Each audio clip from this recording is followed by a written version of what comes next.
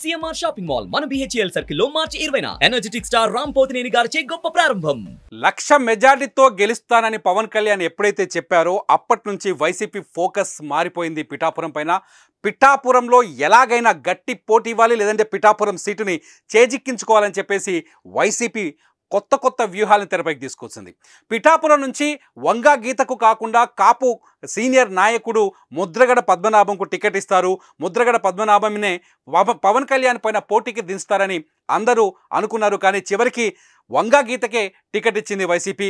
అయితే ఇక్కడ ముద్రగడ కూడా తాను ఎన్నికల్లో పోటీ చేయను అని చెప్పడంతో ఈ నిర్ణయం తీసుకున్నట్టుగా తెలుస్తుంది. కాకపోతే పవన్ కళ్యాణ్ని ఓడించే బాధ్యతను వైసీపీ ఇప్పుడు ముద్రగడకు అప్పజెప్పినట్టుగా తెలుస్తోంది. పిఠాపురంలో కాపు ఓటు బ్యాంక్ ఎక్కువ, కాపు ఓటర్ల సంఖ్య ఎక్కువ. ఈ నేపథ్యంలో ముద్రగడను అక్కడికి దించడం వల్ల, ముద్రగడకి ఆపరేషన్ ముద్రగడ చేయడం వల్ల, ఆపరేషన్ పిఠాపురం బాధ్యతల్ని ముద్రగడకు అప్పజెప్పడం వల్ల ఎలాగైనా పవన్ కళ్యాణ్ని ఓడించవచ్చు అని చెప్పేసి వైసీపీ ప్లాన్ చేస్తున్నట్టుగా తెలుస్తుంది. ఇప్పటికే వంగా గీత చాలా స్పష్టంగా ఎన్నికల్లో ప్రచారం చేస్తున్నారు.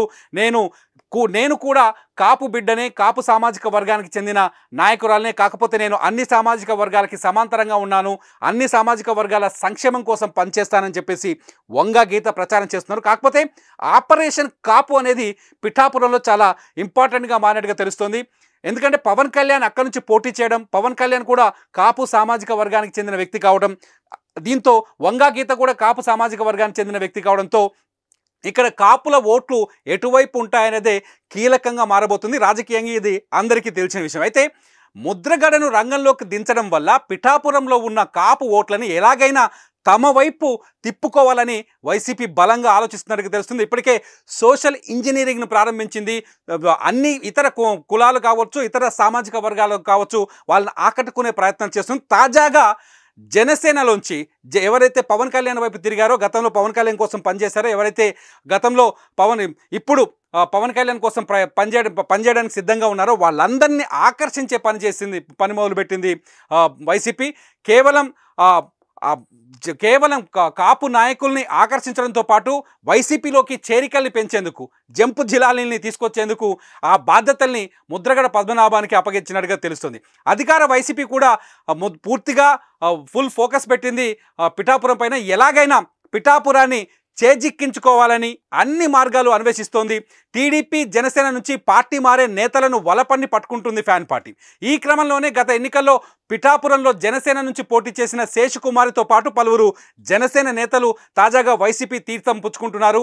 అది సీఎం జగన్ సమక్షంలో ఫ్యాన్ పార్టీ కండువా కప్పుకుంటున్నారు. అంతేకాదు ఇటీవల వైసీపీలో చేరిన కాపు నేత ముద్రగడ కూడా రంగంలోకి దిగారు. ఇక్కడ నుంచి పిఠాపురంలో వైసీపీ గెలుపు కోసం ఆయన పావులు కదుపుతున్నారు. అక్కడే ఉండి కొన్ని వ్యూహాలు పన్నుతున్నారు. ప్రత్యక్ష ఎన్నికల్లో ముద్రగడ పోటీ చేయకపోయినప్పటికీ కాపుల ఓట్లను రాబట్టేందుకు ఆయన కీలకంగా పనిచేయబోతున్నట్టుగా తెలుస్తుంది. ఈ క్రమంలో పిఠాపురంలోని కాపు, బీసీ, ఇతర సామాజిక వర్గాల నేతలను కలుపుపోయేలా చర్యలు చేపట్టనున్నారు.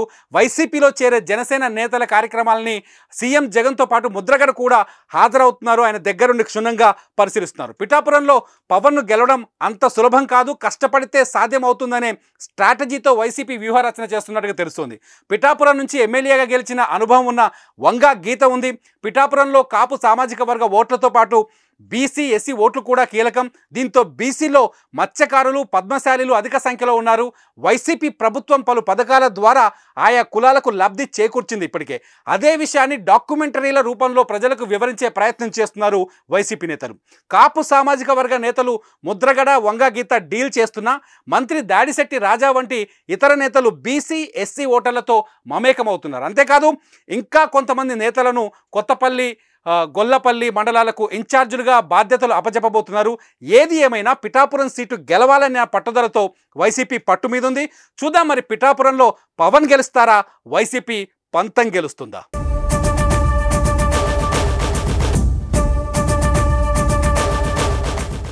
సుమన్ టీవీలో మీ పర్సనల్ అండ్ బిజినెస్ ప్రమోషన్స్ కోసం కింది నెంబర్కి కాంటాక్ట్ చేయండి.